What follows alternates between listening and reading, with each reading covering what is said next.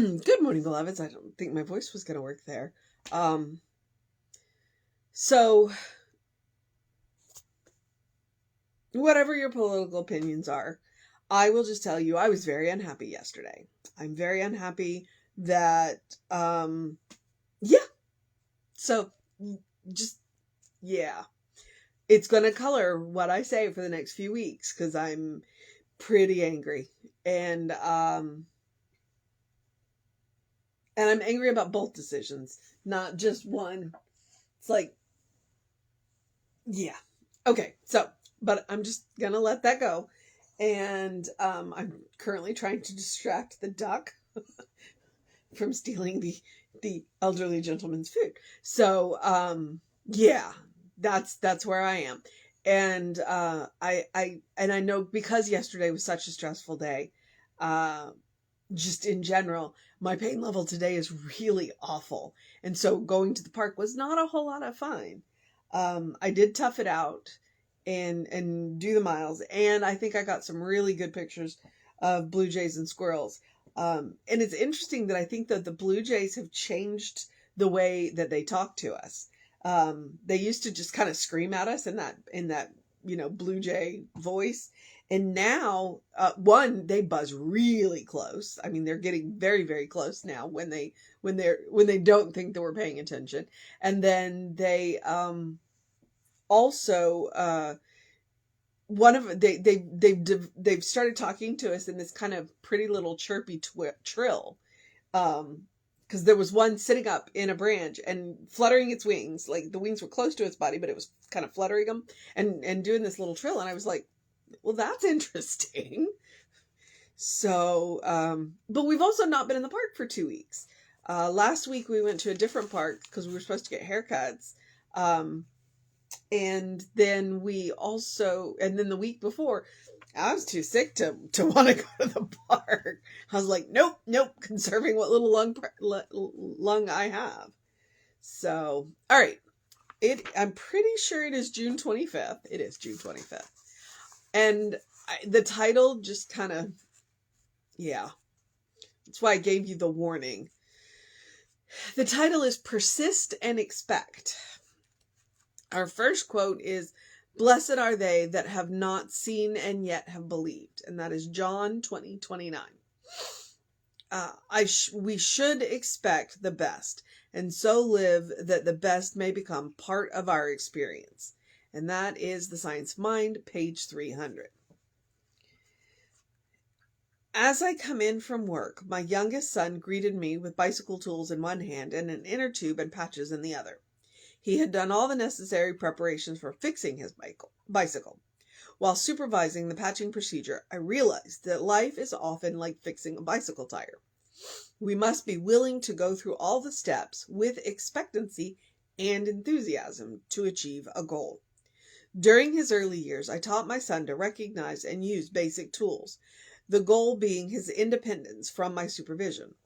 As soon as he learned one thing, there was always something more to teach. He expected to learn and was enthusiastically ready to receive. He never doubted for a moment that he would get what he wanted.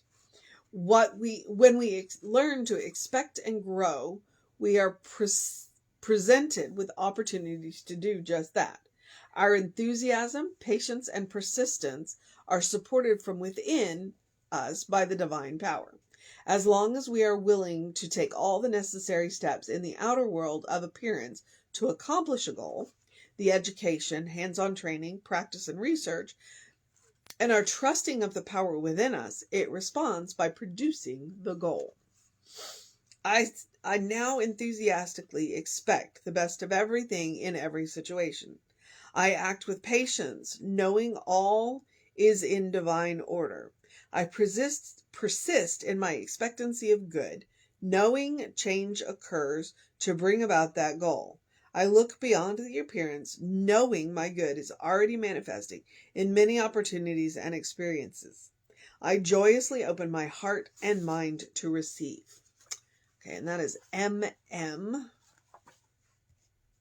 And yesterday I couldn't find AD, so let's see if I can find MM today.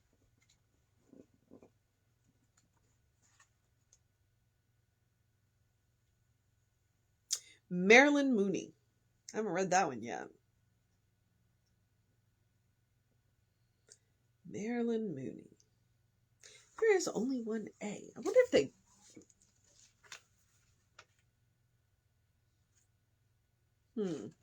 Okay. As I'm completely distracted, I'm reminded of Ruth Bader Ginsburg, Resist and Persist. Except in this case, we're not resisting, we are persisting. And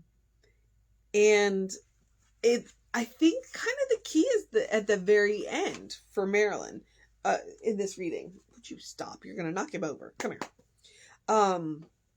As long as we are willing to take all the necessary steps in the outer world of appearance to accomplish a goal, the education, hands-on training, practice, and research, and are trusting of the inner power within us, it responds by producing the goal.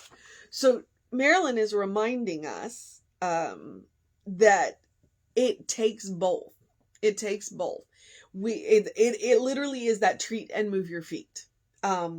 Because we can treat all we want, but if we sit on our couch and wait for it to come to us, it's not going to come to us, outside of very specific circumstances.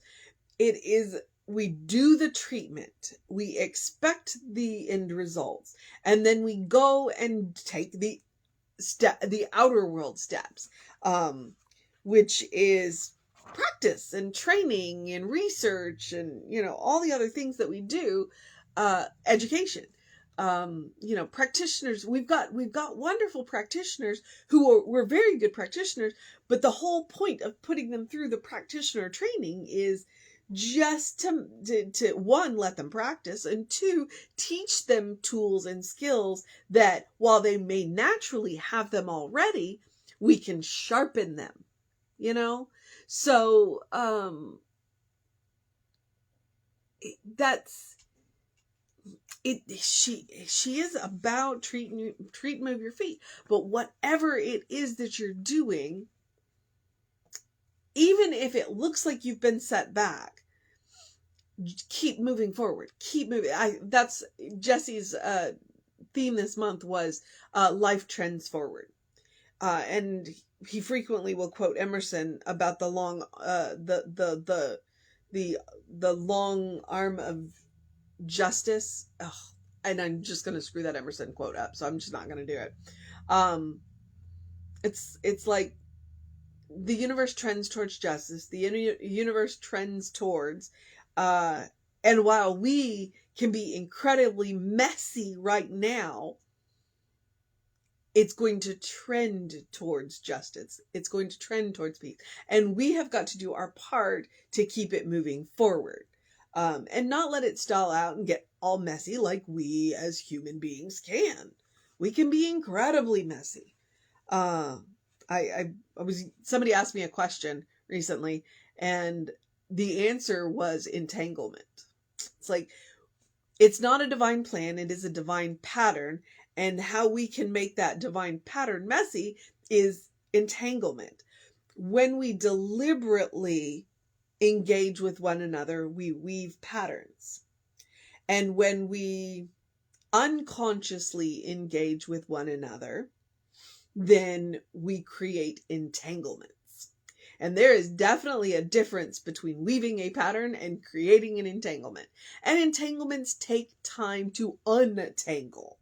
And they take persistence to untangle, but we expect that we are able to untangle them and weave a new pattern. And occasionally what we need to do is just cut the whole knot out, just cut the whole mess out and start with new yarn to weave a new pattern. And that's kind of where I'm at right now.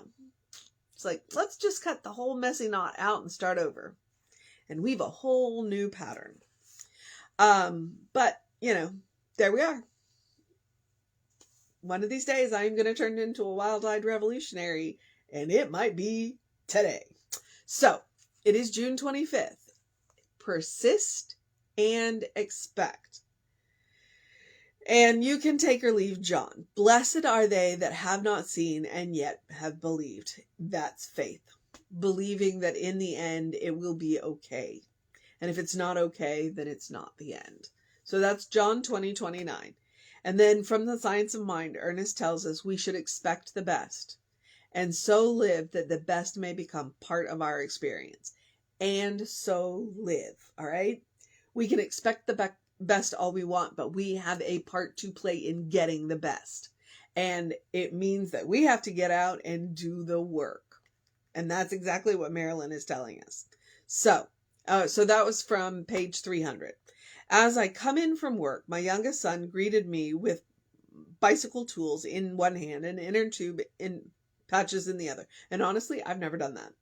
I just bought a new inner tube and I didn't even install it. I think Tom took the bikes over there and let them do it. But you know what? This is one of those cases where I would rather pay somebody who knows what they're doing to fix my bike. But I recognize that my bike needs to be fixed. So it's like, sometimes you need expert advice. Use it. He had done all the necessary preparations for fixing his bicycle. While supervising the patching procedure, I realized that life is often like fixing a bicycle tire. We must be willing to go through all the steps. Sometimes in life there are no shortcuts. Sometimes in treatment there are no shortcuts. We just have to do the work with expectancy and enthusiasm to achieve the goal. During his early years, I taught my son to recognize and use basic tools, the goal being his independence from my supervision. And that's kind of what, it's like, that's what growing up is. And it's learning those life skills that we need to do it on our own. And one of the life skills is to recognize when we need help. As soon as he learned one thing, there was always something more to teach. And that's true. We can learn. It's like you can learn forever. You can learn forever. He expected to learn and was enthusiastically ready to receive. He never doubted for a moment that he would get what he wanted. Because he was willing to do the work. He was willing to put the time in to learn the skills. When we expect to learn and grow, we are presented with opportunities to do that. Okay, when we expect to learn and grow. And it's not always easy, and it's not always gentle, and sometimes growing is painful.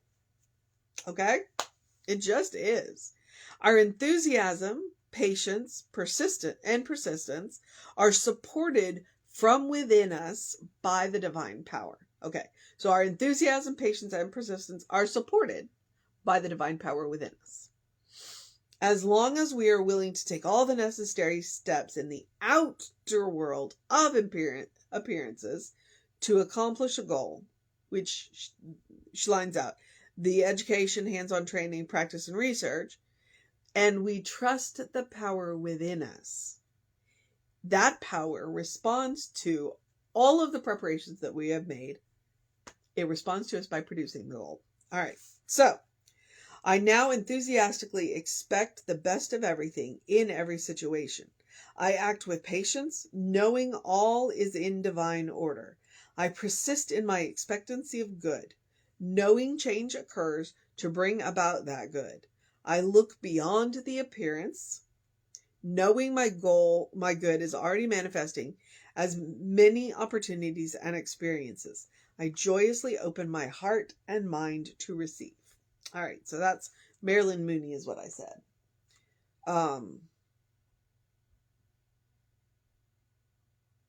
I think that's important. So I would like to say that the mission today, should we choose to accept it, is to take all of the necessary steps in the outer world of appearances, but to look beyond the appearances into that divine power and know that our goal is already accomplished, even as we wait for the manifestation. Kind of a long mission. It is. I get it. But it's still about doing the work. It's still about doing the work. in the long run, that is what we are going to do. We are going to do the work. And if we learn how to do the work to the best of our ability, it'll probably work a lot faster. So, all right. That's the mission today, should we choose to accept it. The other mission is the same mission I give you every day, which is the spiritual practice of doing something loving for yourself, doing something kind for yourself, doing something compassionate for yourself. Whatever that looks like. Doesn't matter, big, small. That is up to you. And whatever else I was about to say, I don't know. So, it's the usual stuff. You deserve your own love. You deserve your own kindness. You deserve your own compassion. Practice upon yourself for that reason. It also helps to create a bank, because we all meet people who need a little love, a little more love, a little more kindness, and a little more compassion. And when we practice on ourselves, we create a bank so that we have enough to share when we meet those people. Because some days those people are us. All right, beloveds.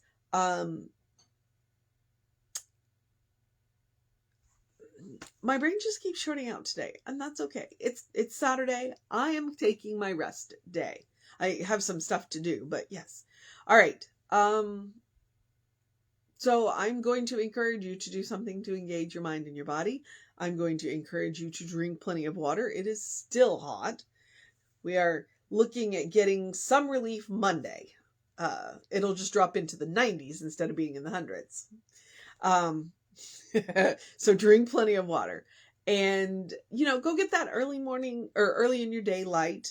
It really does help to reset your circadian rhythms and your hormones and all of that, and it will help you with your energy and help you sleep better at night. So do that, and open the windows of your soul. Allow the breath of heaven to remind you do live in heaven right here, right now. It's all around us all the time, and right now, it is about looking for the good. It is about praising the good. And it is about looking for those necessary outer world steps that we can take to create that state of mind and create that state of consciousness. Because the world's a messy place right now. Yeah. So take care of yourself. Create that heaven around you. And then we can expand it. All right. If you want to know what's going on in the center, please email info@creativelife.org. Get on that constant contact. I was scrolling through, and it looks like there's an interesting book study coming up, but I don't remember which day. I think it's Wednesday. So there's a new one coming up. And I don't know what so, get on that constant contact. Get that information. That way, if you want to join the book studies we have going on all the time. And I'm going to catch us on the social medias. We are Creative Life Spirituals on our Creative Life Spark, and I'm the Running Rev Ryan. So, take care of yourself. Have a great day, an amazing day, a wondrous day, a magical day, an enchanting day, a rebellious day. Take the necessary outer steps day. A supercalifragilisticexpialidocious day, a rest day, a take care of yourself day, a good day. If that is too much pressure, simply have a day, because you are enough just as you are. You are a beloved child of God, in whom God is well pleased, always and forever. You are also how God is represented in this world. You are well represented. All right, beloveds. Take care of yourself. Reverend David should be on around 5 p.m. with you. I will be back with you at 9 a.m. and then we will have an amazing service for you to wrap up the Life Trends Forward series. All right, beloveds. Take care. Know that you are loved, and I will see you next time.